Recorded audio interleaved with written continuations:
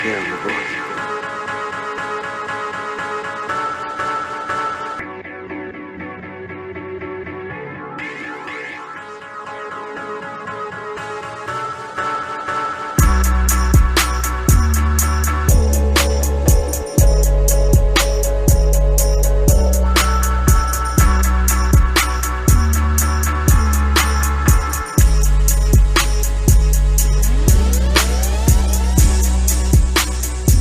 Thank you for joining the show.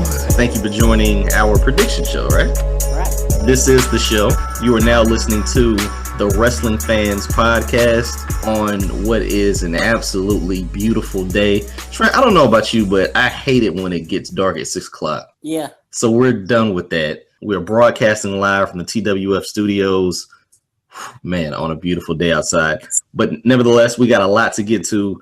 I am your host, BangEm South, Jason Fastkade, and I am joined by the absolute best in the world today, the man Trent Williams. The only man who is now wearing his all-new Alexa Bliss t-shirt. There we go. So, Trent, we got a lot to get to. Of course, we have our predictions for Fastlane.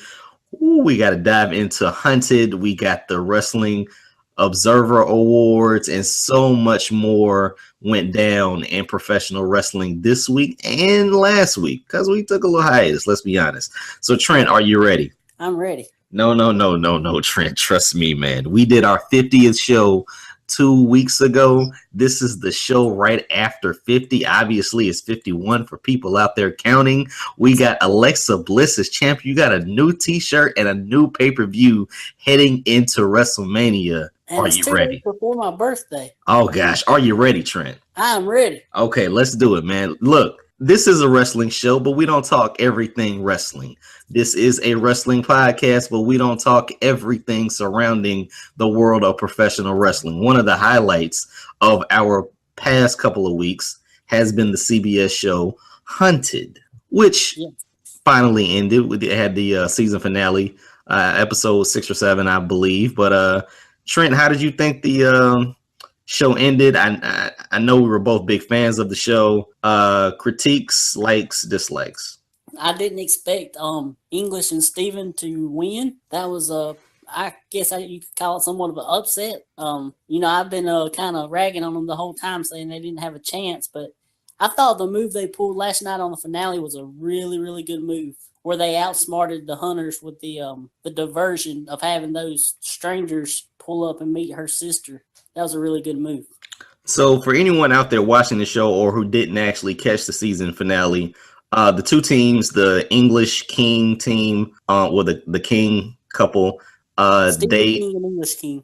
Yeah, the worst names in history, but they won. And then the other two guys, the escape artist and the IT consultant, what were their names? Lee and Hilmar. Okay, so they won too. Now, the King couple won because they diverted the Hunters to one location while they were going to the other location. And then the other guys, they just, they kind of had their plan, and one of them got tired on the 1 mile, 2 mile trek to the airport, but they finally made it. So, but I can't say nothing about that because I've probably been the same way. I might not even got as far as he did before I gave out. Trent, the funny thing about it was, man, I mean, the 28 days where they were just sitting around plotting like they could have been in a gym on a treadmill. I don't know. I thought that was funny. You bring up a great point about the diversion that the King couple had. This was the one question that, I always keep thinking about, man. And I didn't watch the first 2 or 3 episodes, but what was out of bounds? Like, were each team not supposed to commit criminal acts? I mean, could they have not stolen a car, sold a car, traded a car? Yeah, I don't think they could have done that, no. Okay, so this goes back to David and Emily, who I referred to as the slut a couple of shows ago. They had the all black Jeep, right? The Tahoe or the Denali, or I kept getting confused for one of the Hunters' vehicles. Yeah, I mean, it looked like your normal luxury Jeep that the president rides in, right? Right. Why couldn't they have traded that in for another car? That's the one thing I kept thinking. Yeah, Obviously, they were going to get caught sooner or later with that car, but why couldn't they have just traded that car in for, $6,000 and, made it? yeah. I agree. They needed to get a different car. Yeah, They was in that car for way too long.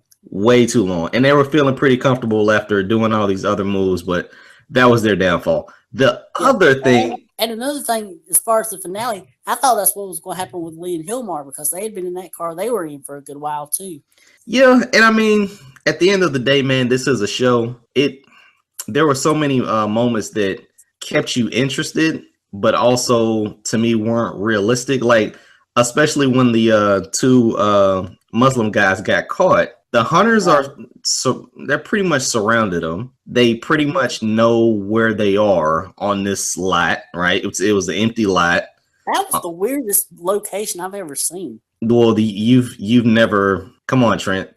Let's be honest, man. That's not the weirdest place that you've ever seen. That's like you've never seen abandoned houses before with graffiti on them. Yeah, but like it was like behind a locked gate. Like, how did that guy have access to it? I mean, he probably owns the lot and bought it because it was cheap and crackheads were staying in it, and he wanted to build something later, but he just never did. Yeah, and then they had like dogs living there. Yeah, that's what I'm saying. I mean, that's yeah.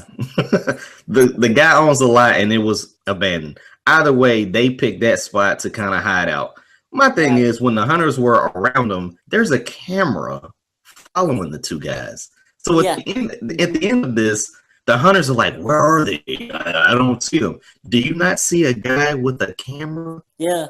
So I mean, that was a little odd. But other than that, man, there were moments where Trent, and we're gonna get a little personal, so I hope that you're not offended. But have you ever heard the phrase "like attracts like"? No. Okay, so usually you see a black guy with a black girl, you see a white guy with a white girl, you see a black guy go up and just greet a black guy, you see a white guy go up and greet a white guy, right? So a lot of the privileges that the King couple had were very good privileges. Am I correct? Yeah. They had the in my opinion the worst strategy ever, but they were the most vanilla couple that you've ever seen in your life.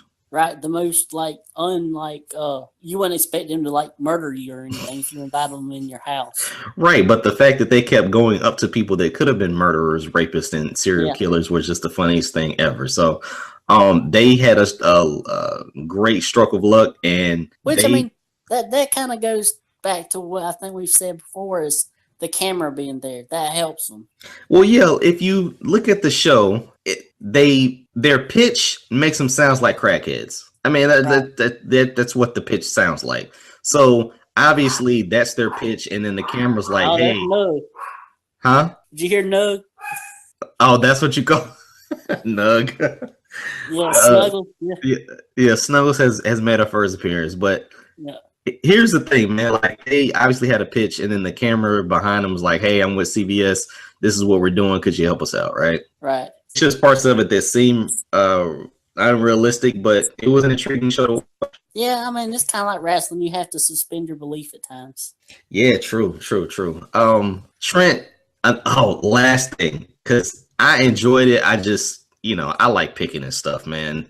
If it was an open sore, I would just pick at it. So yeah, you can't just watch it for the enjoyment. You got to pick at every little thing. You got $250,000 and you got to run a 2-mile trek. Take $1,000 out and get somebody to give you a ride. That's it. Yeah, that's all I'm saying.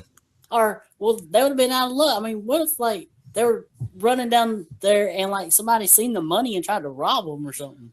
That's what I'm saying. Not running with a backpack. Yeah, I mean it's like a clear bag. Clear bag. I don't know. I thought that was a little weird. So yeah. And then the part where I thought the plane wasn't going to start for the Kings. Yeah, I thought that was a little a little bit extra just to add a little intrigue to it. My question is, why do they have to pick up the money just to give like one last chance, just to make the getaway a little bit more exciting? Pretty much, yeah. Okay. Because Trent, you do know that you can withdraw money to a PayPal account online now, right? Right. Yeah, just saying. Yeah. I mean, I guess they wanted the people to see the physical money, to believe it was real or something. I guess the viewers. True. That's all I got, man. I just wish that the slut would have sold her body for extra money or cash, or maybe they, would have. She probably could have. I'm sure Blaze wouldn't have turned that down. The guy she borrowed the car from. The former boyfriend from middle school. The former boyfriend from middle school. Great name, by the way, Blaze. Yeah. And this is just a note for everyone out there, man. If you have family members on the run, keep your mouth shut. Yeah. That what was it? The girl that was friends with English. Boy, she completely sold her out for $500. $500 not even sent to her. $500 promised to her. Yeah. Like, come on, man. I've always told anyone that I'm around, if the cops come to the door, which I don't know why they would, I've been in the house all week and I've been sick. Yeah. There you go. And if the cops come to your door, Trent, I'm a God-fearing man who prays 5 times a day and only has one girlfriend. So with that said, man, Honey was a great show. I wish they kind of do this every single year, man. I think this could really add to CBS's collection of reality shows, and they could keep expanding it like to different locations, right? Yeah, and they could also, make it a longer season, add more teams. Yeah, I mean, to only have 6 or 7 episodes, and you had 9 teams. Some of those teams got eliminated pretty quick, I'd imagine. Yeah, and some of the teams you probably didn't even see 1 or 2 of the teams because you didn't start until later. I didn't see about 5. Yeah. Like the teams I saw had runs, like they made it 15 days, 20 days, 26 days. Some of those teams, it looked like they were caught within hours. Yeah, and that's another thing. Like one time when they showed English and Steven on this finale episode, they're on like way down on the days, and then all of a sudden they're on day 26. That's the thing that I was saying, man. I mean, at the end of the day, they had a short radius of where they were filming, right? Like this was filmed by the Georgia company, or whatever company is in Atlanta. So they stayed in the South Carolina, northern Alabama, Georgia, and then Florida area. But they didn't go to Seattle. They didn't go to New York. It seemed like they caught the King couple one day, and then the next day they managed to flee from the hunters for 28 days quick. Like nothing with so it is a show. I wish they would have stretched it out longer, but if they managed to survive that long, hey, good luck to them. And seeing that it probably done pretty well, a lot of people were talking about it. I heard the Amazing Race they might be finishing up with. This might be the last season this year, so they might replace that with this. Okay. And I would think that next year an ethnic duo would win. But you kind of have some tips on how to win. You definitely need friends. You need a strong social network. You need friends. I mean, the Kings, they didn't even use hardly any friends. They used complete strangers. Wouldn't that be the easier way to go? Is it harder to trace? Well, Trent, if you're white, and you look like you've sold lemonade all your life, I think it would definitely not hurt if you just asked people and you had a big camera behind you. Right. If you were the 2 Muslim guys, you had to stay with your Muslim guys, right? Like that was the one thing I just couldn't get away from, attracts like. But either way, though, they had a camera too, just like So what? I mean, when they had the same shot with the camera there. I'm just saying, like you gotta, based on this show, based on the first season. I mean, they did have a few white people that helped them out. That guy that brought them to where they got caught at. Yeah. Well, I'm just saying, but no, I mean, it's from what I saw, 4 to 7 or 5 to 7. Each group that they met, they kind of clicked with them. So, that's just something that I noticed. But if you do have friends that won't snitch on you and won't sell you out for $500. And if you don't have friends, just be a really nice person and show them the camera within 5 seconds of the pitch. Yep. Trent, do you think you and I could be on the show? I don't know. We might could. I don't know. Yeah. I mean, I don't think we could. I I don't think we would get caught in 2 days. No. But you could attract the chicks and you didn't see the episode with the two guys. That was their whole strategy. What? Was to go to random girls and try to stay at their place. Really? Yeah. How long did they make it? Not long. They didn't make it past one episode. Wow. And as soon as they showed them, they were such big douches that I was wanting them to get caught that episode. I didn't want them to go any further. Wow. Listen, if me and you make the show next year, I'm selling a car. That's all I'm saying. Maybe I can call up Alexa Bliss or something. She'll give me a place to stay. Welcome to the show, Trent. I think you're in rare form now. My tweet, so. No, Trent. Oh yeah, she did tweet you back, right? Yeah, she retweeted it. Nicely done. What did you tweet to her? Just a picture of me wearing her shirt. Wow. It's on her timeline now, and my face is on the timeline. Wow. Did you hashtag TWF? Oh no, I forgot. All right, Trent. Now, Trent, did Alexa Bliss make our TWF ballot for the Wrestling Observer Awards? She did. Did she? Yeah. What did she make? Our awards, she did. Of course, she did for her. What is she? What category did she make it under?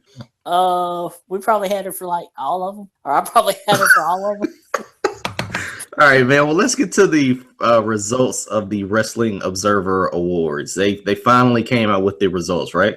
Right.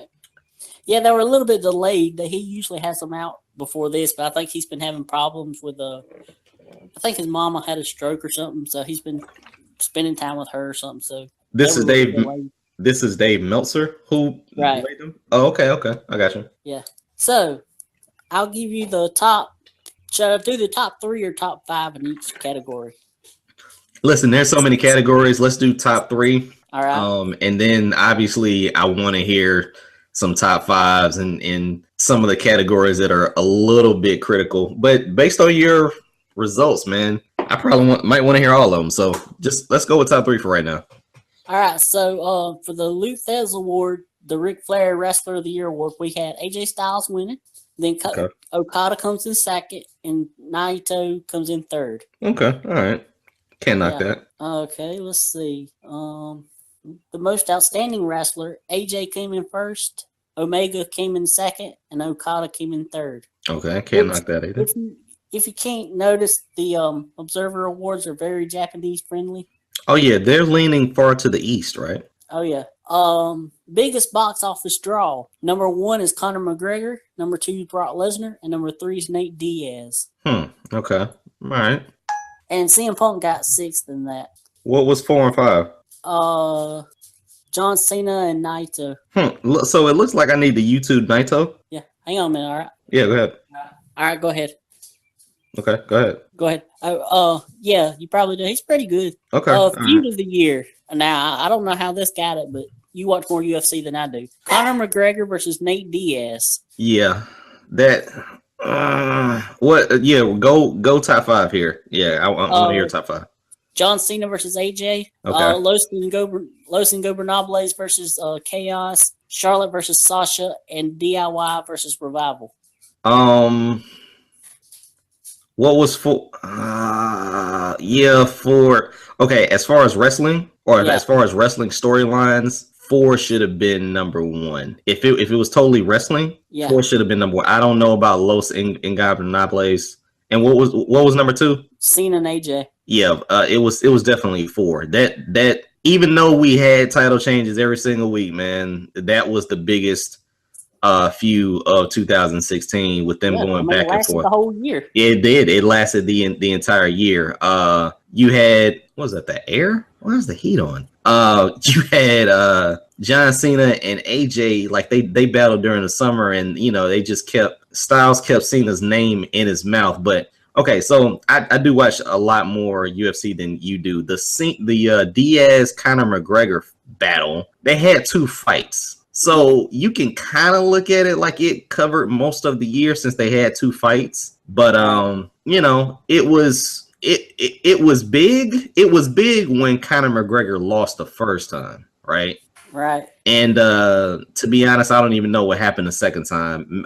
Maybe Diaz beat him again. I don't even really care. But there were 2 fights. So hey, Hang on one second. Let me go deal with Nug a minute. She's trying to tear my daddy up. Okay, go ahead.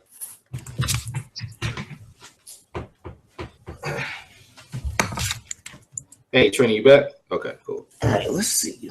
What did happen with Conor McGregor? You'll see. All right, I'm back. All right, you're good. I was just looking at wait, I'm trying to figure out what the heck. Because I don't listen. The first Conor McGregor Diaz fight, like Diaz beat him, which set up the second one. Right. And then Conor McGregor beat Nate Diaz, so that kind of built up, this rubber match, and that kept people's attention too. So that's probably why it won it. But it was a big deal. It definitely was a big deal. But as far as wrestling, it should have been Sasha Charlotte. Yeah, I mean, I wish like in like categories like that, they would just make like a MMA feud of the year or something. Yeah, but you're only going to get maybe one feud a year. I mean, in a feud, as far as the UFC or in boxing, you need multiple fights, right? And in UFC, you rarely get the same guys fighting twice a year. But so maybe that's why this was an exception, and it definitely drew money, man. Let's be honest. It definitely drew a lot of money. It had a lot of hype going into it, and both fights delivered. All right. Next category, we have Tag Team of the Year. Number 1, the Young Bucks. Number 2, the Revival. And number 3, DIY. I'm good with all that, man. Good with all that. I think Revival should be number 1. I mean, I can't knock any of the top 3. I don't know. I don't know. Maybe I mean, they belong in the top 3, but I think it's a different order. I think I would just switch Revival in the Bucks. Okay. All right. I feel you on that. New Day coming 5th. Yeah, I'm not. There's nothing for them to do on Raw, man. I mean, they beat everybody. So there was nothing impressive. Tell me your biggest memory from New Day of last year, and it has to be the big box of Booty-O's. Yeah, pretty much. Yeah. That's it. That is it. Nothing in ring. Nothing they done in ring. Nothing in ring at all. And then American Alpha coming 7th. Okay. Well, who want to be the new age Steiner Brothers now? Right? Yeah. Is that what they're doing? Like Jason Jordan is running around the ring like he's Rick Steiner, and they're doing the top rope bulldog and everything like that. So it's only a matter of time before the Steiner Brothers come back and give them one last match or something. Oh Lord! No, I want to see it, dude. I want to see it so bad. All right, we got most improved. We got Matt Riddle, The Miz, Juice Robinson, and in 4th place is Queen Bliss herself, Alexa Bliss. Okay. I saw Matt Riddle. I used to call him Riddle. And I saw him when he was on the UFC, The Ultimate Fighter. That's what it was. Like one of the first couple of seasons. I nicknamed him Smiley because he smiled all the time. But yeah, man, he was a good fighter. Wasn't great, and now he's making that transition. Looks like he's getting, a lot of pubs. So good luck to him. But as far as biggest uptick in momentum here, I'm definitely going with Miz, and Alexa Bliss came on pretty strong at the end of last year. Yeah, and Juice Robinson was number 3. Now, who is Juice Robinson? That's the former CJ Parker. Okay. All right, cool. Nice. Which, yeah, judging by his match against Cody Rhodes at the Wrestle Kingdom this year, he's definitely improved. Okay, wait a minute, because I always get these names mixed up. Was this the guy that broke Kevin Owens' nose, like with the dreadlocks? Yeah. And here's the thing, man. If he's awesome, why was he not given a chance in NXT? I don't know. I guess he was one of those that he's a good hand, so he can be used to put people over, kind of like Ty Dillinger. Okay. I mean, that's like I saw him with the dreadlocks, and then he was doing the protest gimmick and stuff like that. But since he left NXT, I heard his name more, and I didn't know. Like, I'm not a big Sami Callihan fan, right? Yeah, I ain't either. But I hear his name all the time. All the freaking time. So I'm trying to figure out if they just carved a niche in the indies, but good luck to him, man. Yeah. And I didn't know he was going by Juice Robinson either. So yeah. Next up, we have best on interviews. Number 1, we have Conor McGregor. Number 2 is The Miz. Number 3 is Chris Jericho. This is promo, right? Yeah. Okay. Yeah. I mean, listen, these are 1, 2, and 3, or like 1A, 1B, and 1C. I mean, I'm not really knocking this, but that's cool. Yeah. All right. Most charismatic. We have Conor McGregor, Shinsuke Nakamura and Tetsuya Naito. Once again, I need to check out this Naito guy. But I can't knock any of the top three. I mean, at some point you're gonna have to keep a NXT or WWE guy number one. But okay, that's fine. Yeah, this is basically the Conor McGregor awards this year. Right. Jeez. Man. All right. Next, we have the Bryan Danielson Best Technical Wrestler. We have Zack Sabre Jr. in 1, Kyle O'Reilly at 2, and Kushida at 3. Okay. I can't knock any of these, man. Definitely rocking with Zack Sabre Jr. Okay. The Bruiser Brody Best Brawler. In first place, we have Tomohiro Ishii. Second place, Katsuyori Shibata. In third place, Chris Hero. Wow, Chris Hero made top. What's top 5? What's 4 or 5? Kevin Owens and Rush. Okay. Yeah, I'm fine with that. I like that. All right, Best Flying Wrestler. We have Will Ospreay, then Ricochet, and then Volador Jr. What's 4 and 5? Kota Ibushi and Mascara Dorada, aka Grand Metalik. Yeah. Okay. Yeah, man. Sounds good to me. All right. Most overrated. Roman Reigns, Braun Strowman, and Baron Corbin. But give me 4 and 5 because it's funny to not hear someone's overrated in the UFC or overrated in New Japan. So give me 4 and 5. Cody Rhodes and Sexy Star. Okay, Sexy Star. I think the gimmick makes her overrated because the Sexy Star thing, wearing a mask, I don't really know what that translates to, but and because she had a lot of exposure outside of Lucha Underground, not talent wise. But ain't she like married to some famous boxer or something? Yeah, I think so. And she did like a nude shoot. Oh yeah. Welcome to the show, first of all. But yeah, but she kept the mask. Yeah, with the mask on. That's what I'm saying. With the mask on. So I don't know. As Trent is typing away looking for Sexy Star nude. Cody Rhodes being overrated. I don't see it. I think he's been pretty good. I think he's putting his work in now. Just to show people that he was pretty good. But Braun Strowman before December 15th of 2016 overrated. Yes, I would agree. Now, I think he's pretty much as rated, right? Yeah, he's the best thing on Raw some weeks. I wouldn't call him the best thing on Raw, but his job, his role is to smash people, and now he's doing matches that are longer than 2 minutes, and he's not squashing people, and he has a demeaning role. Or his demeanor is devastating, and he's doing what a big man should do. So, like I said, prior to December of 2016, very overrated. Yep. All right, most underrated. We have Cesaro, Neville, and Sami Zayn, and Luke Harper coming fourth. What's 5? Donovan Dijak. Dijak. People like Dijak, don't they? Yeah. People really like Dijak. Oh man. I don't get that one, but yeah, all these guys are at the end of the day going to be good hands. For some reason I just don't see any of them being a champion, but we'll see. Yep. Promotion of the year, we had New Japan, UFC, and then WWE. Trent, let me ask you this, man. Did he do these after Okada and Omega fought? No. That's the only thing I can think of, man. I mean, yes, people were talking about New Japan, but before what, January 3rd, 4th, or 5th? Yeah, 4th. They didn't have this much steam. I'm sorry. Yeah. Maybe I don't follow New Japan that much, but yeah, and then UFC was 2 and WWE 3. Okay. Let's see. We'll skip that one. It don't really matter. Pro Wrestling Match of the Year. Number 1, Tanahashi versus Okada from Wrestle Kingdom 10. Omega versus Naito from August in Tokyo. Okada versus Ishii in Osaka. And then in 4th place, we have Styles and Nakamura from Wrestle Kingdom 10. And in 5th place, we have Nakamura Zayn from NXT in Dallas. Wow. Okay, so do me a favor, man. Email the show, as everyone can email the show, at twfpodcast@gmail.com. Email me that list of best matches. I saw the Styles Nakamura, definitely saw Nakamura and Zayn, but email me those other 3. I definitely want to check those out. All right. Let's see what else. Oh, and the the DIY revival one from Toronto come in 7th place. Okay. That's cool. That's cool. At least they got some kind of respect. Jeez. Yeah.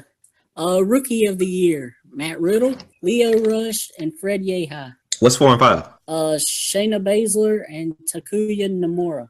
Okay. All right. Okay. Nice.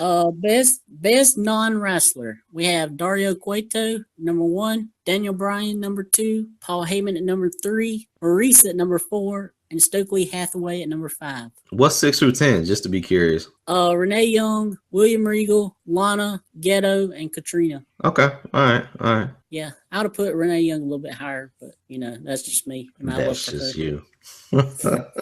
Best TV announcer: Mauro Ranallo, Corey Graves, and Shinpei Nogami, which is stupid because why are people voting for a man that they can't even understand? Wait a minute, what? Shinpei Nogami is the announcer for New Japan. You don't think people can understand Japanese, Trent? Well, I would imagine this is mostly U.S. And how many U.S. you think can understand what he's saying? Well, no. Let me ask you this too. Let me throw this at you, right? I can't understand Spanish, but I love listening to Spanish commentary for soccer matches. Yeah. Go. There you go. So that may be another element to it. You may not understand Japanese, but you can anticipate something being said when a move is done. So, or when a spot is created. So I can see why people could do that. Yeah. Worst television announcer. Your favorite, David Otunga. Damn, number 1. Wait a minute. No, he did not make number 1, did he? Worst TV announcer, yeah. Wow. Go ahead. Matt Stryker, Byron Saxton, Josh Matthews, and JBL. What's 6 through 10? Michael Cole, Joey Styles, Vampiro, Jerry Lawler, and Mauro Ranallo. So here's the thing. They don't like... That's what I'm saying. They don't like any of them. Like all they did was pretty much go in ranking, or so none of the Japanese guys were worse announcers at all. Nope. Like they did the Lucha Underground guys, everything. Pope didn't make the damn list, really? Nope. Come on, man. So, man, maybe this is the list of people who get the most negative comments on Twitter regarding their commentating. Maybe that's it. Yeah, I don't know. I just know that these are the smarky of the smart crowd when you're talking about these awards. Yeah. Best major wrestling show. New Japan's Wrestle Kingdom 10. We have PWG's Battle of Los Angeles, NXT Takeover Dallas, New Japan's King of Pro Wrestling, and UFC 205. Which, why is the UFC thing in the best major wrestling show? Once again, man, this is the Conor McGregor era, or the Conor McGregor award. So I don't understand it either. The Wrestling Observer Awards is putting mixed martial arts in a lot of these categories. So yeah, if it's their list, what they need to do. The thing is, like, they have like specific categories. Like for some of the things, they have specific MMA categories. Yeah. I mean, I asked you this before, like, hey, what's the title of the award? What does it actually mean? Like best interview is best promo. So the Luke Thez award is like the Ric Flair award or something like that. Right. The best wrestler. Yeah. Yeah. Worst major wrestling show. We have WrestleMania 32, TNA Bound for Glory, and Bellator, the Gracie versus Shamrock. Okay. Yeah, that Bellator was pretty bad. Wasn't that the same one that had the Kimbo Dada 5000 on it? That was when I don't know if that was the same show, but I know what fight you're talking about. Yeah, that was pretty trash, pretty much. Yeah, and then the Gracie Shamrock match fight, that was like a minute long because of a low blow or something. Oh, wow. Yeah, that's a shame. All right, best wrestling maneuver. I think we're in the Class B awards now. All right. We have Kenny Omega's One-Winged Angel, Kazuchika Okada's Rainmaker, the Young Bucks Meltzer Driver, AJ Styles' Phenomenal Forearm, and in 5th place, Ember Moon's Eclipse. Why is that in 5th? Should be way higher. Yeah, these are leaning, man. These are really leaning. Severely leaning. But okay. I mean, WWE has barely come on top out of any of these. Well, for 2016, I don't think WWE should have came on top for a lot of them, but I don't know, man. I think as far as this one, the most devastating move that has the most excitement when it happens has to be Ember Moon, the stunner off the top. Yeah. Now the other ones are great. The flying forearm is trash. I'm sorry, that's just trash. The Rainmaker, It's not that spectacular. It's not that spectacular. No. The okay, wait. Yeah, help me out here. When Okada is about to do his finishing move or his big taunts, the camera angles when it zoom in and it zoom out. On the tombstone, they zoom from inside out, and then on the drop kick, they go outside in, right? I'm not sure. Oh, have you never seen the Okada? I'm not saying it, but I didn't ever pay attention to the No. When he does the drop kick and he stands up, like the camera pans out from him all the way to the back of the arena, right? Oh, okay, yeah. And then I think when he does the tombstone, like he does that, he puts his arms out again and he smiles and it goes right into his mouth or something like that. Yeah. But that's not really, that's not that big of a deal. It's the stunner, man. Yeah. It's the stunner. As I lose my voice. Go ahead. All right. Next one we have most disgusting promotional tactic, which is one we couldn't figure out what we wanted to put on there. Number 1, Bellator Kimbo versus Dada 5000 fight, which I agree with. Number 2 is Brock Lesnar blading or doing the hard way on Randy Orton. Yeah. Number 3 is Adam Rose mugshot t-shirt. I'm not even sure what that is. They did a mugshot t-shirt? I have no clue. I think this was after he was released. So somebody did a mugshot t-shirt after he got released? I guess. I'm not sure. I didn't see that. I didn't catch it, but okay. Number 4 was Lucha Underground's intergender matches. And number 5 was Ryzen booking Gabby Garcia versus Shinobu Kondori, which I have no clue what that is. All right. Let me ask you a question about intergender matches, man. Do you think that they should be done, or is there a way for them to be done, for them to be effective and less controversial? Yeah, there's a way for them to be done. Can you give me that way? No, not really.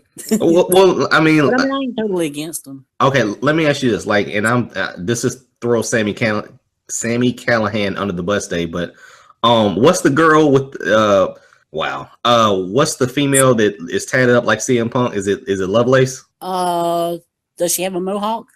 Yeah. But Christina Von Eerie? Who? Christina Von Eerie? No. The chick that's going to WWE. Oh yeah, that's Heidi Lovelace. Yeah. So I saw her and some other girl go up against Callahan and some guy. And I've seen intergender matches before. My thing is, man, just don't punch the girl or forearm the girl to the face. That's the only thing that I'm not a fan of. You can do wrestling moves, but when it comes down to punches and stuff like that, I just think that's terrible. Yeah. Because then it looks more like a domestic violence situation than a wrestling match. Yeah. That's me. Yeah. All right. Up next, we have worst match of the year. In first place, we have the Shelly Martinez versus Rebel. Nice. The My Vag match. My Vag. Number 2 is Chris Jericho versus Dean Ambrose, which was the Asylum. What they call that thing?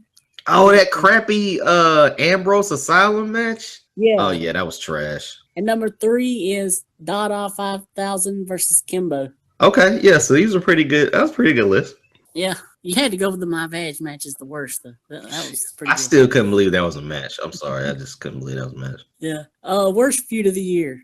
First place, we have Titus versus Darren Young. Second place, we have Yoshitatsu versus Bone Soldier. And in third place, we have Roman versus Triple H. Okay. All right, cool. Yeah. And then we also have on the list New Day versus Gallows and Anderson, Undertaker versus Shane, Ziggler versus Corbin, Roman versus Rusev, Noah versus Suzuki Gun, AJ versus Ellsworth, and Jericho versus Ambrose. Let's go back to the worst match of the year. Yeah. That was the My Vag, right? Right. I've heard that an adult film company is making a movie or a parody movie around this Montreal Screwjob between Bret Hart and Shawn Michaels, and that will be played by Mia Makova and Romy Rain. Yes. What I'm trying to figure out is this it's obviously going to be a screw job, pardon the pun. Yeah, a literal one. But my gosh, Okay, so the finish came when Brett tried to put the sharpshooter. Well, no, when Sean tried to put the sharpshooter on Brett. Brett was supposed to reverse it, blah blah blah. But they, they said ring the bell, right? Right. How is this going to end with a lot of lunchbox eating, and then there's the referee comes in with a bunch of guys. Well, how the heck does this end? I don't think we're supposed to think that much into this. I'm just saying. Well, no. Here's the thing, Trent. Here's the thing. They've done this before with China, right? Like China had like a Royal Rumble type scene where a bunch of guys were, involved inside a ring, and they just went at it. So I'm trying to figure out how they could turn this into a Montreal screw job and keep it going. Yeah. I'm very interested to see how this plays out, Trent. Yeah. I'm not really familiar with Romy Reign, but I like Mia Malkova. Yeah, I'm not a fan of Romy Reign. I just knew who she was. I had to Google Mia Malkova. But yeah, this could be a very interesting scene or parody if they're gonna do that. Yep. Let's see. Let's skip a couple of these because there's still a bunch left. Here we go. Best gimmick. We have Broken Matt Hardy, Los Ingobernables de Japan, Chris Jericho, Kevin Owens. We got Marty Scurll, Dalton Castle, the Young Bucks, Bobby Roode, Pentagon Jr. Okay. I can't knock any of those, man. I like all of them. Worst gimmick. We have Bone Soldier, The Cabinet, which I don't even know what that is. Wait a minute. Did we just talk about adult film companies and we have a guy called Bone Soldier? Yes. Go ahead. The Cabinet. And then number 3 is Make Darren Young Great Again. Number 4 is The Shining Stars. Then The League of Nations, The Hunter Club, Elias Sampson, James Els Hogsworth, Mojo Rawley, and Andrade Almas. Okay. Yeah, I'm glad that Almas's Magic Mike gimmick was dead last. That's just trash. Yeah.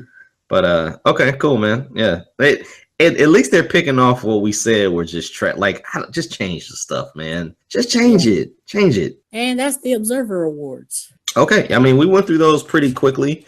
But those were a good list, man. We had some number ones, we had some top 3s, so yeah, but I mean we didn't expect Conor McGregor to reign over all of them, most of these. Yeah, I didn't think that a MMA guy would top Wrestling Observer Awards. Yeah, especially in the non-only MMA categories. Right. Trent, just going back to something that we talked about a couple weeks ago. Speaking about something that you didn't expect, you shared a story about you being catfished. Yeah. I had a little story of my own. It's not as in depth, but I was swiping left and swiping right on Tinder. Right.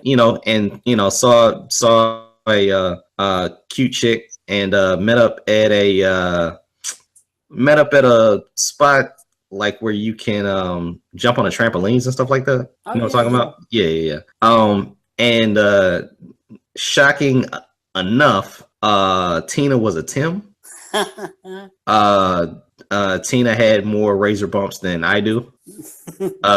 So we just played basketball for the rest of the day. Well, it wasn't awkward. If I would have found that out, I would have left immediately. Well, this was not anything. I mean, okay, let me give you the funny part about it, because I just played it off as cool because it was a wasted day for me. So you sign in, right? Right. But you got to sign in and clear a waiver and identify your sex. Yeah. So I'm filling this stuff out, and I'm filling it out for 2 guys. And I mean, he or she was just looking at me, but I'm like, dude, come on. Let's just go play basketball, and so we just played basketball. That was it. But wait, so he didn't want you to put him down as a male? He didn't want as a chick. She or he didn't. He or she looked like a he. So it wasn't like a straight up guy. It was like a trans person. Yeah. It was like a trans. It was a trans person. You person was just a straight up dude. Like you knew it was a dude. I mean, I knew it was a dude because the person had a stronger jawline than Beth Phoenix. Yeah. But and more razor bumps than Chris Rock, but it's just like, man, come on, dude, really? All right, but anyway, that's my Catfish story. Oh yeah. All right, man. I think mine was a little bit better. Well, hey, I'm not knocking yours, but Yeah. we've all been catfished in our own unique ways. Another little quick note here, Trent, is just stay away from just, I don't know, anything that doesn't seem like what it sounds it should be. I mean, like steer away from anything that you don't expect to be real. For instance, boredom can literally kill you, man. Boredom, fear, and anger will really just drive you insane. So a couple of weeks ago, I was over my friend's house, and he had been in the house all weekend. And I'm like, why are you in the house? He's like, man, I was working. I'm like, okay, that's cool. I had planned on coming over here to work too. He's like, nah, man, we got to get out. Trent, it's 8 p.m. and he wants to go to a strip club on a Sunday. Oh no. I'm like, why so early? He's like, man, I've been in the house all day. I'm like, well, okay. So where are you going at 8 o'clock? Well, he was like, well, let's wait till 9. I'm like, 9 p.m. on a Sunday? What the?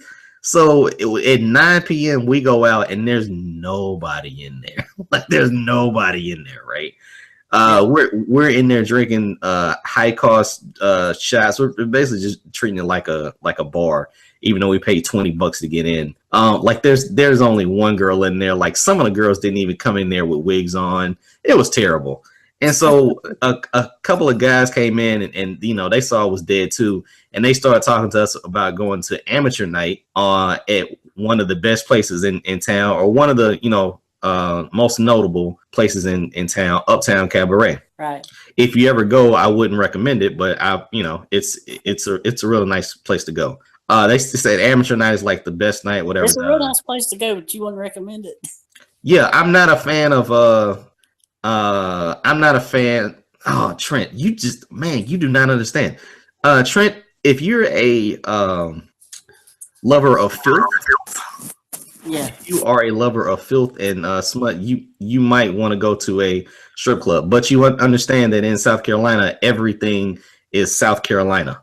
Let's be honest. Right. You can damn near marry a trick and give birth in the same spot. So here in North Carolina, they want to act more sophisticated. Right. So nothing really comes off, and there's no secret rooms or nothing, none of that stuff, right? So you come up here and you're really just looking at, I don't know, chicks in bathing suits, right? So it's a waste of time. That's what I was saying. Okay. But people like it because that's what they're accustomed to here in North Carolina. Yeah. So, but anyway, of it. They that's just them. But amateur night, man. Like, we go there and there are literally chicks that are not amateurs.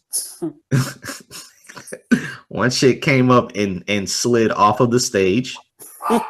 One chick came just barefoot, like she came straight off the farm. And one chick probably wasn't amateur, but was a stripper back in the day because she looked 45 with C-section scars. So listen, when someone says, hey man, you gotta go, man, it's the best show in town, don't go. Let's get back on track, man. This is the Wrestling Fans Podcast, where we talk more than wrestling, because we have for the past 30, 45 minutes here. Let's get into wrestling, Trent. Yes. So should we do Raw or SmackDown? What should we do first?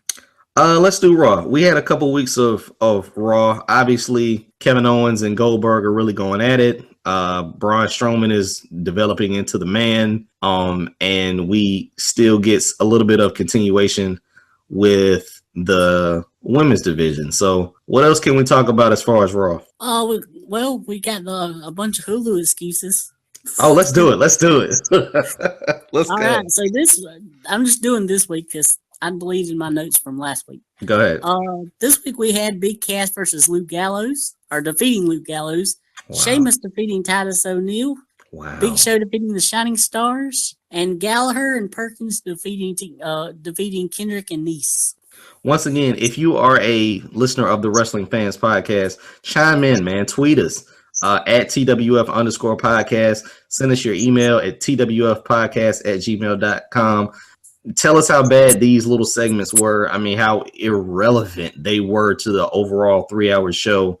We want to hear from you guys on how much this stuff sucks and how much Raw definitely can edge or trim a little bit off the show and take it back to 2 hours. Yep. Oh, we also got Tozawa defeating Noam Dar. Okay. All right. And the New Day defeated Rusev and Jinder. Okay, so Trent, the biggest story out of the past couple of weeks is the New Day are going to be your WrestleMania hosts, right? Right. But that was not also the biggest news. One of the biggest items I saw for the past couple of days is the Hardy Boys, Broken Matt Hardy and Brother Nero. Right, which we'll get into more when we get into TNA. Let's do it. Let's go. Oh, you want to get into TNA now? No, go ahead. Continue with Raw. All right. So yeah, we got that. Oh, have you seen Rusev? He cut his hair. Nah, I saw Rusev on Raw Monday, but I didn't pay attention to it. He cut his hair? Well, he did. He cut it after Raw. If you go to WWE.com, they got a thing on there. Okay, so he wants to officially transform into Handsome Rusev? Yeah. Okay. Handsome Rusev and Hard Body Mahal. Hard Body Mahal. No, what's Luke Harper's name now? What's what is the backyard? Oh man, Morrow said it. They gave him a little name too, but I don't know that. Yeah, they're getting crazy now. They're getting really crazy. Yeah. Let's see what else. The Backwoods Behemoth. That's what it was. Oh god, that's a terrible nickname. Yeah, that's what it is. In the women's division, Charlotte stole Alexa's line when talking about she was going to buy Bailey's father a seat to watch her lose. Ain't that the same line Alexa used on Naomi? Yeah, that is right. Yeah, same. Charlotte clearly using my girl's lines. One shirt, and that's his girl. I got you. Well, she's been my girl now, but now I put money on it. Nicely done, man. Nicely done. Let's see. So they get out there and cut a promo. I don't remember what they said. Anyway, Charlotte and Nia defeated Bailey and Sasha after Nia pinned Bailey. Yeah, that was tough to see, but we'll see what happens at the pay-per-view. Sasha's supposed to be in Bailey's corner. Maybe she turns on her then. Maybe she doesn't. At this point, if she does, Bailey will be like the only face on the Raw roster. So I'm not sure how you're going to get away with that, but we'll see what happens at the pay-per-view. And we'll get to those in just a minute. Yeah. We got the segment with Triple H and Seth Rollins. I thought it was pretty good, especially the Triple H part, and then Rollins at the end. That was my favorite part. Yeah, and that didn't have any of the old Rollins promo that we had before. Right. Yeah, that was straight aggression and direct to the point. So I liked it. Yep. And Joe was standing out there looking like a badass without even having to do anything. Oh yeah, definitely. We get the announcement that Beth Phoenix is in the Hall of Fame. Thoughts on Beth Phoenix, man? I guess it's all right. I feel there's probably other women that deserve to go in there before her, but it is what it is. Okay. I can't knock you on that. I mean, I thought Beth Phoenix was a different specimen than Chyna was, but she was dominant, right? Like she had a muscular build. Yeah. And she could actually work, which was cool. She wasn't really like a diva, but I still wouldn't consider her like in the Trish Stratus, Mickie James category either. No. So I'm wondering, are her and Edge the first married couple to be in the Hall of Fame? I'm assuming so. I wouldn't put a lot of importance on that, but I'm assuming so. Yeah. We had Samoa Joe defeating Cesaro in a pretty good match, and then Zayn attacks Joe on the stage after the match. Yeah, I saw that. Sammy did his high spot, almost killed himself, but yeah, that was a cool spot. Yep. And then in the final segment of the night, we had Braun and Roman going at it, and then Braun sent Roman into the turnbuckle, and the turnbuckle came off. Yeah, so the spot with Roman and Braun, I thought it was good, but seeing it as it was unexpected, but they didn't set it up any kind of way, and you had to depend on Michael Cole saying, "Oh my gosh, it was because of the force that he threw him into the ring." Something, it's like, come on, man. I thought that was a little lame, but it was unexpected. It was something original, but Just thought they could have did that a little differently. Yeah. All right. I guess now we can get into our Fastlane preview and predictions. Oh yeah. Oh yeah. All right. So the first match for your favorite, the pre-show, which is a match I don't care nothing about, is Tozawa and Rich Swann versus Kendrick and Noam Dar. Yes, crickets. Go ahead. I guess I'll go with the baby faces. Okay, baby faces. All right, next match. Moving on. Wait a minute. I gotta say it, man. I gotta say it because I always say it. Yes, this and as soon as Stephanie said, "Hey, Sasha, you'll be taking on Nia Jax," I'm like, they got a pre-show. Go ahead. Well, no, man. I don't think this is on the pre-show. This match is. Okay. Let's see if it's not. Yeah. We got Sasha versus Nia, which wasn't that that was the match at Royal Rumble, wasn't it? Yeah, that was the pre-show match. Yeah, that's right. Okay, yeah. I'm gonna go with Nia getting the win again. Yeah, I think this is really gonna boil over when it comes down to Becky and Flair. So, yeah, I got Nia too. You mean Bayley and Flair? What did I say? Becky and Flair? Yeah. Yeah, it's gonna come down to Bayley and Flair. Yeah. All right, next match is a match I don't care about either. Carl Anderson and Luke Gallows versus Enzo and Big Cass for the tag titles. Wow, I don't care. I really don't. It's not gonna hurt Cass and Enzo to lose. I think if they do win it, they'll win it in a bigger fashion. So I'm going with Gallows and Anderson, who are doing nothing for the tag team division. If you're heels, be heels, like be strong heels. They're doing nothing but holding the titles, man. And getting beat up by Roman. Man. Okay. Yeah. Yeah, I mean, Enzo seems like he's getting even more annoying than usual. This past week they had a thing in the back, and Cass acted like he was getting irritated at him. So maybe we might have a breakup with them pretty soon. Okay. All right. Yeah. Next match we have Neville versus Jack Gallagher for the cruiserweight title. Quick question: is Jack Gallagher wearing pants now? I don't know why. I think I saw an image of him kicking Neville or something like that. I don't know. I didn't watch 205 Live this week. Yeah, I'm not watching it either. But okay. I think Gallagher loses here. Yeah. Yeah. Just to keep it on Neville for a little bit longer. Maybe they do something at Mania. Yep. That might be our ladder match this year with the cruiserweights. Oh yeah, that would bring some spice to the cruiserweight division. Mm-hmm. But it would only be for one night. You know what I mean? The spice would only be there one night. The next week it'd be back to the same old summer. Yeah, once again, man, the cruiserweights, they're in a tough position. Like you got your own show, but it's at an odd time, and it's just not working. Yeah, they've got to the point where even I can't even support or take up for them. I mean, it's a new way of doing superstars or main event. That's what it is. All right, next match we have Bayley versus Charlotte for the Raw Women's title. I'm going with Charlotte. I'm not gonna go against tradition, man. Charlotte wins on pay-per-views. It makes no sense for her to lose at a Fastlane, maybe at Mania, but not at a Fastlane. Yeah. And we see Sasha turning on her, right? Or at least cost her the match. Yeah. Yep, and this will make Charlotte a 5-time. Say it 4 more times though. 5-time. Did you do it with your hand in your face? No, I didn't do that. Yeah. Oh man, she'll be 20 times by 2018. Jeez. Pretty much, yeah. That is crazy. Yep. All right, next match we have Samoa Joe versus Sami Zayn. I think this is an easy win for Joe. Yeah, he just continues his dominance. Yeah. Yep. Next match, Roman Reigns versus Braun Strowman. Man, this is probably the most intriguing match on the whole card. The crazy thing about it is that the fact that it is like a year ago, people would have been like, "What? I don't want to see that." I mean, this is gonna build whoever wins to just the stratosphere.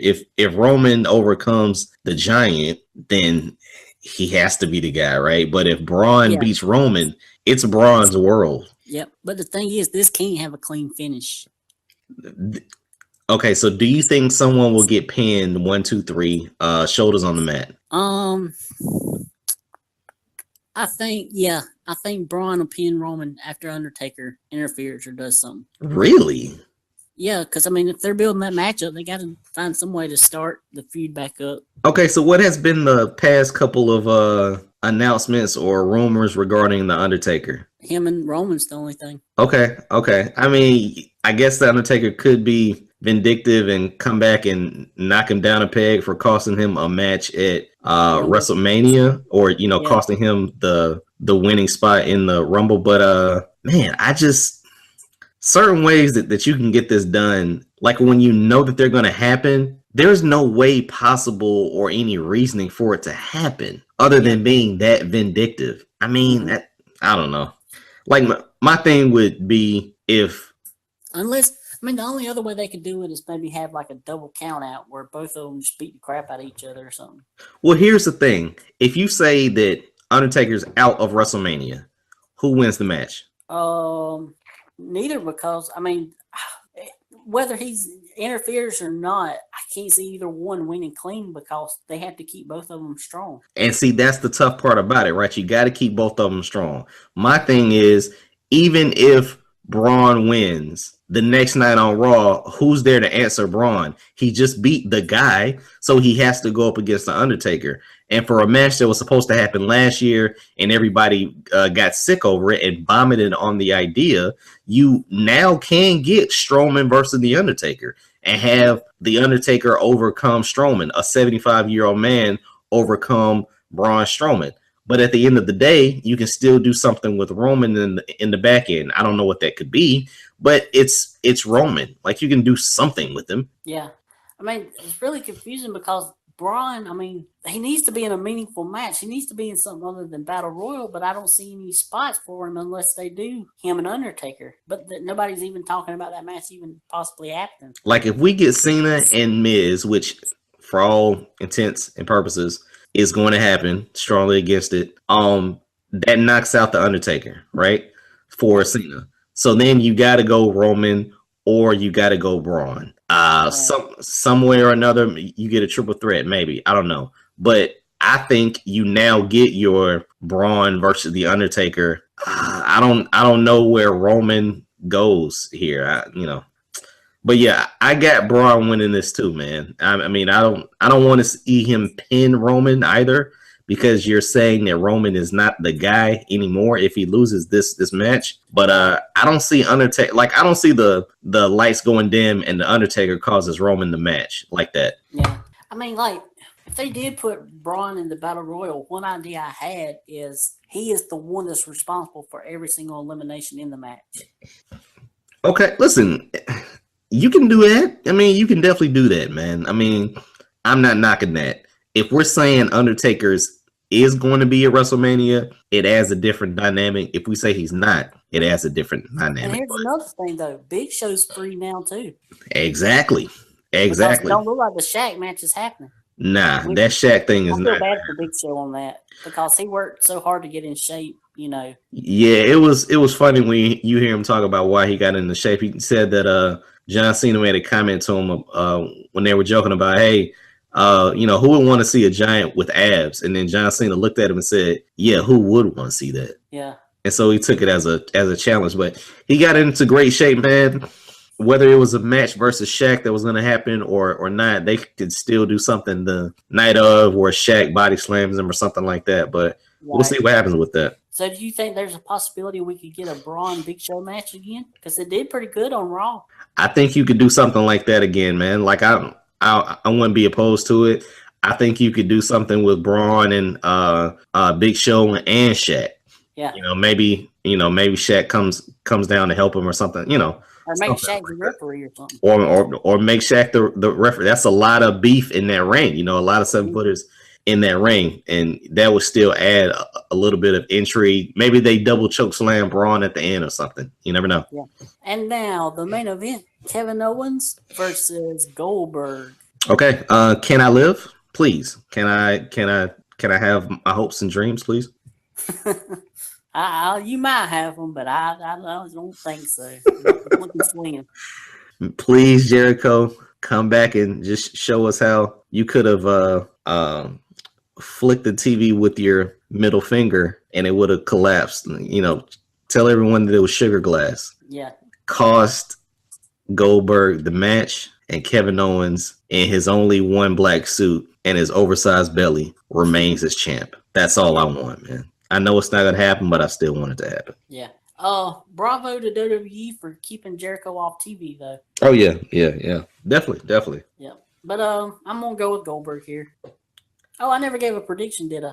For Braun and Roman, did I? You said Braun with interference with Undertaker, yeah. But here's the thing, man. On Raw, Goldberg just came out and said spear, jackhammer, 1, 2, 3. At least go 7 minutes. Yeah, I think there'll be a lot of stalling from Owens. Well, like he gets in the ring and goes out, gets in the ring and goes out. Like I'm not ready. He pulled my hair and all that stuff. Yeah. Okay, just to ultimately get back in the ring and push the referee out of the way and then get speared. Probably, yeah. I'm not against that, but like I've said, the pitch in that arena needs to be fever pitch. People need to be standing up, still chanting Goldberg's name. Like they need to be chanting Goldberg's name like how they would play New Jack's theme song the entire match. It needs to be that electric for that to happen. I'm just not a fan of the 30-second matches or the minute and 26-second matches. I agree. Going back on the cruiserweight title match. I could see somehow maybe after the match they are setting up a thing with Neville and Aries because they're in Milwaukee and Aries has been having videos on 205 about him debuting soon and they're in his hometown. So okay, cool. I mean, anything to build a 205 live show up. I'm down for it, man. Yeah. So that's Fastlane. And another note. Well, I guess this is not related to anything really. Jack Swagger has been released from the WWE. Yeah, I saw that. I mean, at a certain point, if you're not being used, if you actually go, you just go. Yep. So look for him on indie shows here pretty soon. Yeah, with his hand over his heart. Yep. Saying we the people. All right, so should we jump to SmackDown or should we do TNA or NXT? Let's go to TNA, man. We'll skip NXT and probably talk about NXT next week, right? Yeah, let me just go through real quick. Patrick Clark defeated Sean Maluda. Sanity cut a promo that sort of looked like a Wyatt promo. Eric Young said some stuff, but I didn't pay attention because I was looking at my little Tasmanian Devil, Nikki Cross. Asuka defeated Peyton Royce. After the match, Royce and Billy Kay attacked Asuka until Ember Moon made the save and fights them off. And I will say, Ember felt more like what I want her to be on this night than she has her entire run. Really? Why is that? I don't know. She just seemed more serious, I guess you'd say. She wasn't smiling as much. Okay. I'll give you that. I mean, it's not all the way where I want her to be, but it's a working start. Okay, cool. I got you. And then the main event, DIY defeated Authors of Pain by disqualification after the Revival ran in. And then the Revival attacked both teams after the match. Oh, nice. I got to check that out then. I definitely have to check that out. Yep. So that's NXT. All right, man. Let's touch on TNA real quick. Like I said, I think one of the biggest news out of TNA was the Hardy Boys not re-signing. Yeah. WrestleMania is in Orlando this year. I don't know about their non-compete clause, but it looks like they could sign with anybody as soon as they're ready to. And with how starving for attention the Raw tag teams are and just how spread out the tag teams are in general, the Hardy Boys going to either SmackDown or Raw would just be electric if they keep their current gimmick. I mean, if they go back to Team Extreme, maybe that'll be cool too, but Broken Matt Hardy or just them entering the arena with everybody screaming delete. I think that'll be pretty cool. Yeah, I think that'd be a great way to open up WrestleMania with the New Day. Yeah. I mean, wow. Like you talk about one of the most dominant teams back in the day versus the longest reigning champs, even though they're not even champs. They say that. I don't know. Yep. That'll be a moment, right? Like that'll be a big moment. Right. Also departing from TNA was Drew Galloway, Mike Bennett, Maria, and Jade. Wait a minute, what? Yeah. Didn't Mike Bennett just get there? Yeah, early in 2016. Did Damn, really? A lot of them are upset because of the way they're fixing to change the pay on TNA. The way that they're about to what? Change the way they pay them. Oh yeah, I saw that. So the pay, which here it is right here. Which in a business sense, I think makes sense. But when you gotta explain it. Go ahead. Okay, so the talent contracts will likely be restructured in a way that would see the talents paid per date, meaning if a talent tapes 4 Impact episodes in one night, he or she would be paid for the one date. Additionally, TNA is looking to collect 10% of pay any contracted talents might make in promotions outside of TNA. And see, here's the thing. If you do, let's say you did 3 shows, right? Like you taped 3 shows.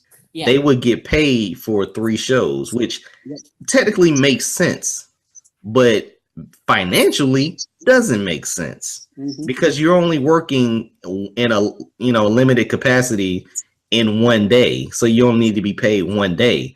But that's just gonna eat into your finances. Now, if you're doing outside projects, hey, you are really owned by TNA, so I can't knock the 10%. Maybe that 10%, kind of went up from 3 or 5. So maybe they have a complaint there. But yeah, man, I mean, I could see why people would balk at this. I'm just wondering where Mike Bennett goes. Wow, he was just there.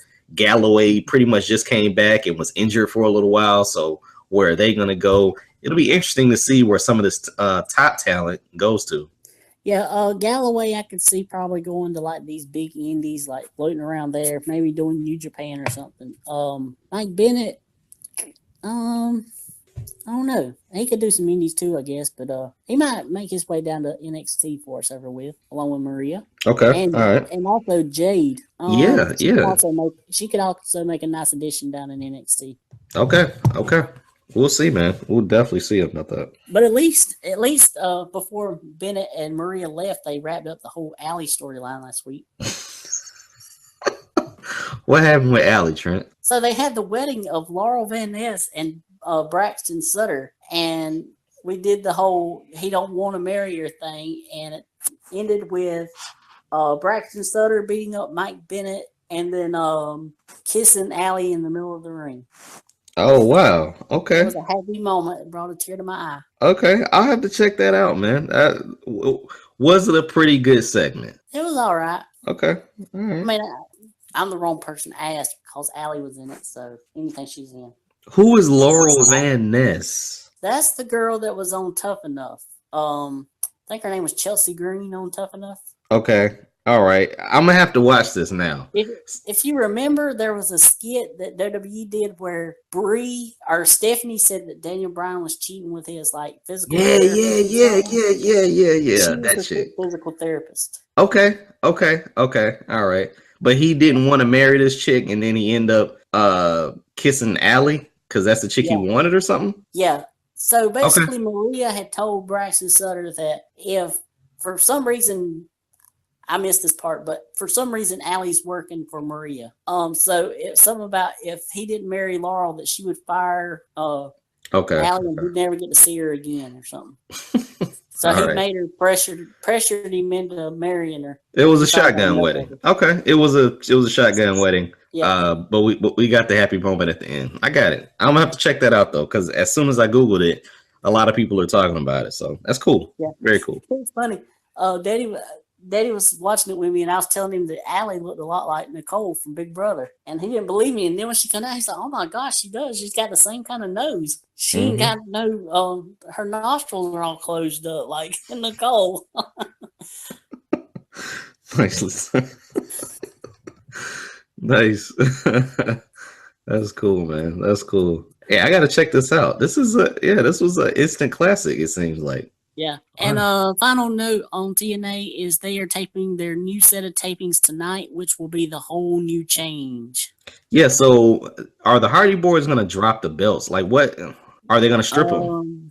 I mean, that'll probably happen tonight, right? No, because tonight's an episode that was taped. Oh, so next week will be it next week? Okay. Yeah, next week, yeah. But so we'll know from the results tonight what's going to happen for the next couple of weeks. So how they're going to take care of them dropping the titles. Right. Well, I think they're actually taping it like tonight, tomorrow, all the way through Sunday. Okay. I got you. Yeah. We'll see, man. We will see. Yep. But as far as I heard, I don't think they are scheduled to be at the taping, so I don't think they're actually dropping it. Yeah, my thing is we may be jumping the gun a little bit, right? We got these big plans for the Hardy Boys to come out at WrestleMania and for them to, go face to face, 1-on-1, but right in the face of New Day, right?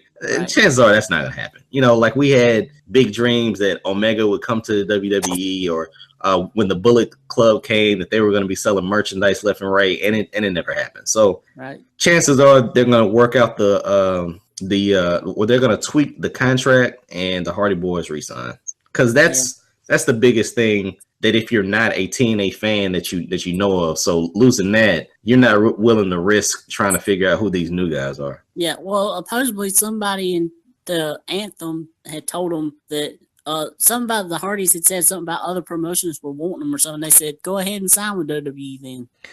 Yeah, I mean, once again, you can't believe everything you read, can't believe everything you hear.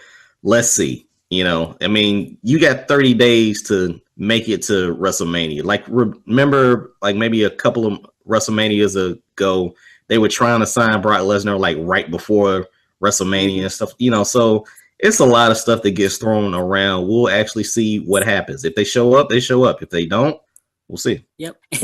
And Rebby, boy, she ripped TNA a new one on Twitter. She's always so classy with her lovely foul mouth. Yeah, she's a starter, isn't she? Mm-hmm. Yeah. So that's the TNA news for this quarter. We'll probably get more next quarter because we only talk about them once every couple of months. Yeah, definitely, man. That's all that we can talk about with TNA, because they don't really do much unless they're losing people. That's pretty much it. Maybe I'll have something in between that Allie's done on TV or something. Okay. All right. Okay. I can't knock you on that. Trent, let me ask you this. We talked about hunting. We talked about the Wrestling Observer Awards. This was our prediction show, so we gave our predictions on Fastlane. We had small NXT news and TNA news. Do we even need to go into SmackDown? I think we do, because it was a pretty good episode and pretty interesting one. Let's get into it, man. Let's get into it. All right, so we start off with Miz TV with John Cena.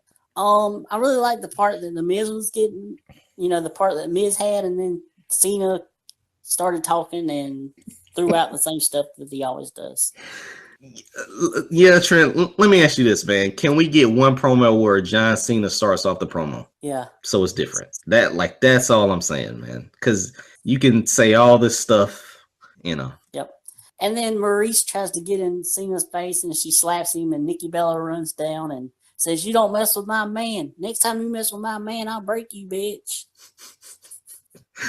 That sounded better than what it sounded like. But we had questions of how they were going to do this. Now we know. Yep. I still think first on air WWE television kiss between Cena and Nikki. And didn't it look forced? Yeah. I think their relationship is faker than her chest, but whatever gets ratings, man. So if they're doing this, maybe he marries her at the pay-per-view. If not, I just think this is a waste of time. Yep. Then we got Becky Lynch defeating Mickie James in a 2 out of 3 falls match. Alexa Bliss came down and kind of cost Mickie the match. Pretty much. Kind of distracted. Pretty much. And Mickie looked kind of upset after the match. Yeah. Hopefully we can get maybe a 4-way with Naomi included. I don't know if that's going to happen, but no, it's with Naomi. Yeah. So I mean, it's gonna be our lovely favorite that we hate so much. Carmella. No. All right, yeah, that's how you. Dude, here's the thing. Here's the thing. If you put the King of Hearts, 5 Feet of Fury, and a 40-year-old trapped in a 20-year-old's body up against Becky Lynch is the only face. Which, if you do the same thing with Raw, with having Sasha eventually turn heel, isn't that the same thing? Like, that's the same match. Yeah, it is. Yeah, unless they turn Mickie. I guess. Before then. I guess. I don't know. But I mean, it's still just 2 4-way matches. I mean. Yeah, I thought you could have a little bit of a change to it. Like, I thought maybe they could do that for the ladder match, or I don't know, man, something. But two 4-ways, or there should be a limit on how many 3-ways you have on a show, but we'll see. Yeah, I mean, I think if Naomi wasn't injured, I think they were going to do Alexa Naomi 1-on-1. Yeah, and only time will tell. Maybe I still got my hopes up for Kevin Owens and Chris Jericho. Still got my hopes up for Naomi. So yeah, we will yeah, see what happens with that. Last week, having to drop it that quick. Which brings me to another subject that I wanted to get to last week. Why did they do that, man? I mean, at the end of the day, sometimes you know the people are injured going into it, and you know that their run won't be for a long time. Do you really just want to get that payoff of them winning and then have them the next night get rid of the title, relinquish the title? Like, I think that kills the. Well, Naomi got injured in the match. She wasn't injured before. Naomi got injured in the match. Yeah. But man, just don't put her on. Just don't put her on SmackDown. Yeah. Just don't put her on SmackDown. Do something to hide it. Let her rest for a month, and let her do a limited match at WrestleMania. Like and just lose the title or something. I don't know. I don't know. Like when they bring out only when it's convenient for them 30-day rule policy. Only when it's convenient for the storyline. I hated that. Go ahead. Yeah. So Brock Lesnar could stay off TV for 2 months when he was champion, but he never lost the title. Bingo. I said the same thing, dude. So that's why I was hoping it was a little bit fake. I mean, the same thing with the Seth Rollins thing, man. If I didn't see a knee being scalped open, I'm thinking you just need rest. But if she's not getting surgery, hopefully rest will cure and she can do something at Mania. Yeah, and it could be a case where she comes back right after Mania and her and Alexa are the feud after that or something. Right. Yeah. Next, we had AJ Styles defeating Luke Harper to get the #1 contender to face Bray Wyatt at WrestleMania. Really good match. Oh, and also in the match, we had AJ pinned Harper, but his foot was on the rope, so Shane McMahon came down and restarted it. AJ got in Shane's face, and Harper went to super kick AJ, but AJ moved and hit Shane. Yeah. Who won this match again? AJ. How is this building up AJ and Shane? Because he's arguing with him at ringside because he had he already had the win and Shane still restarted it. But now AJ's locked in for WrestleMania against, I guess, in a triple threat? No, I think they're going to do a thing where Shane says that Orton was rightfully the #1 contender, and he's going to screw AJ out of his title shot. So my thing is, before WrestleMania, we're probably going to get a Bray Wyatt AJ Styles match, and then Shane costs him the match. I mean, other than that, we might get that, yeah. Okay, because that's the only way that you can get Shane and AJ before WrestleMania. Otherwise, you're going to get a triple threat. Yeah, or like they just throw that title, that #1 contender match. They say it's null and void. It didn't happen. It's erased from the record book. Okay. They can do whatever they want to, man. Yeah. With being WWE, I could actually see them doing that. Yeah. We'll see. They get pissed at Shane for doing that, and that leads to the match. Yeah. Or I don't know, man. At a certain point, I thought Luke was gonna be in this somehow at Mania. Yeah. If he's not, then he's not. But I can see how you could still do the AJ Styles Shane thing. But we're definitely getting Bray and Randy in some capacity heading into Mania, since he burnt down a building, which he buried a dead girl in, which I think would help cover up the dead girl. I don't know. Yeah. So we'll go ahead and get into that. Well, next week we'll get Cena and Nikki versus Hogsworth and Carmella. Ambrose and Baron Corbin had some kind of promo. I kind of changed the channel because I was watching something else. And Ziggler defeated Cruz in a chairs match. That was the rest of SmackDown, and then we can get to the main event part. Okay, so Randy finds out, I think he located on GPS, those Wyatt Center GPS, I'll tell you. He found exactly where Bray had buried Sister Abigail. Don't know what happened to Sister Abigail. I guess we're just led to believe that she died somehow, and they buried her there. Are they trying to say that Bray murdered her?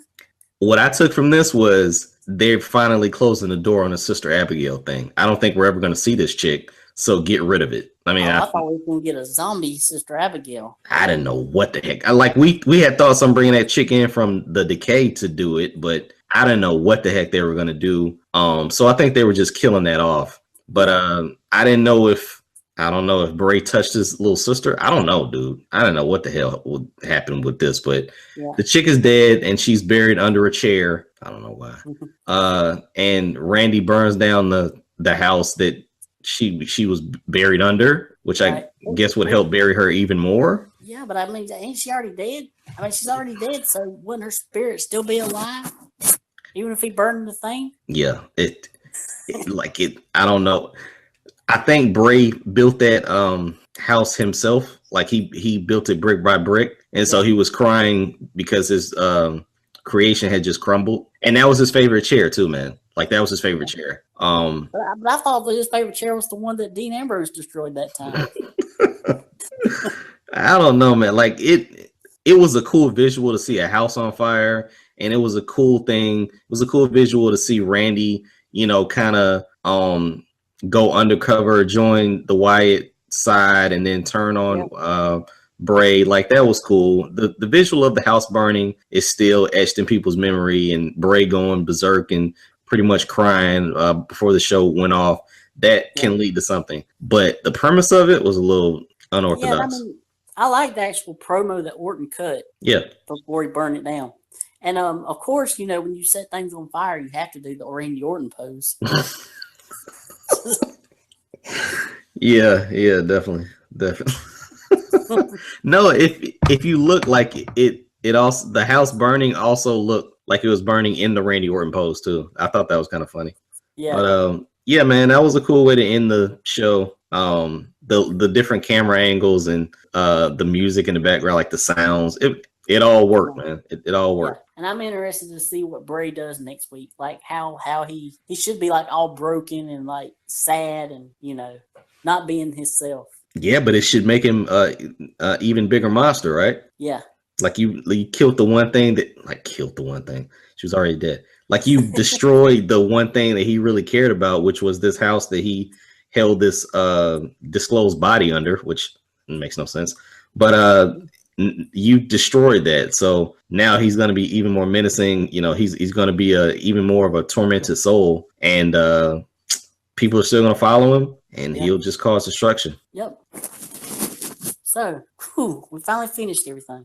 Yeah, that was a lot, man. That was a lot with maybe 3 minutes to go. So, Trent, damn, this was a good show. Okay, so we covered a lot, my friend, and I think I got all my notes down. Let me put my flashlight on here.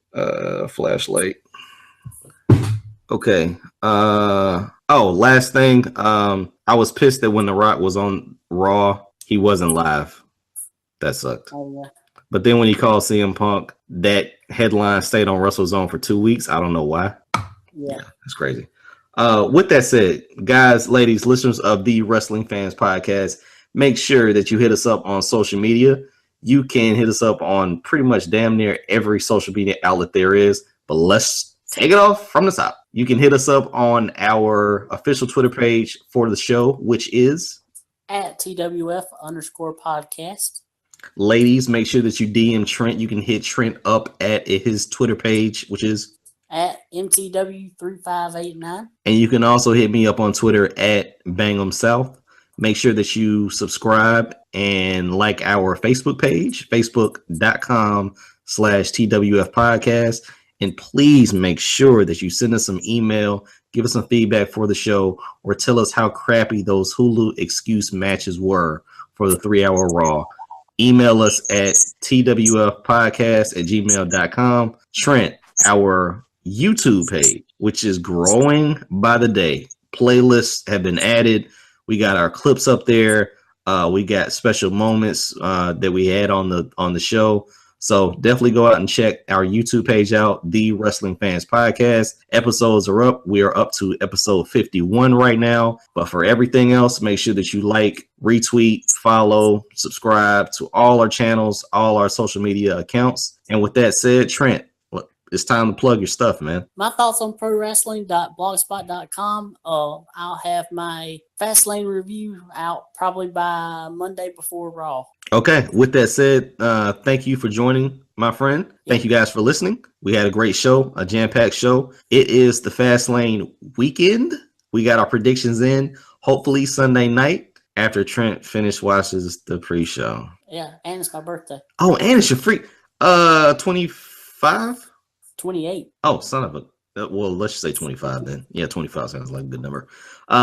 Happy birthday, my friend. Thank you. Happy freaking birthday, man. Seriously. This is a momentous occasion, man. Happy freaking birthday, man. Yes. If I see you anytime soon, drinks are on me, and all the naked chicks from Charlotte are on me too. So with that said, man. Oh. you said Charlotte, I thought you meant the wrestler at first. I thought, what? Definitely not all the naked Alexa Bliss chicks are on me. Does that sound better? All right. There you go. There you go. With that said, guys, thank you for joining. Trent, as always, it was a pleasure. Talk to you soon, my friend. All righty.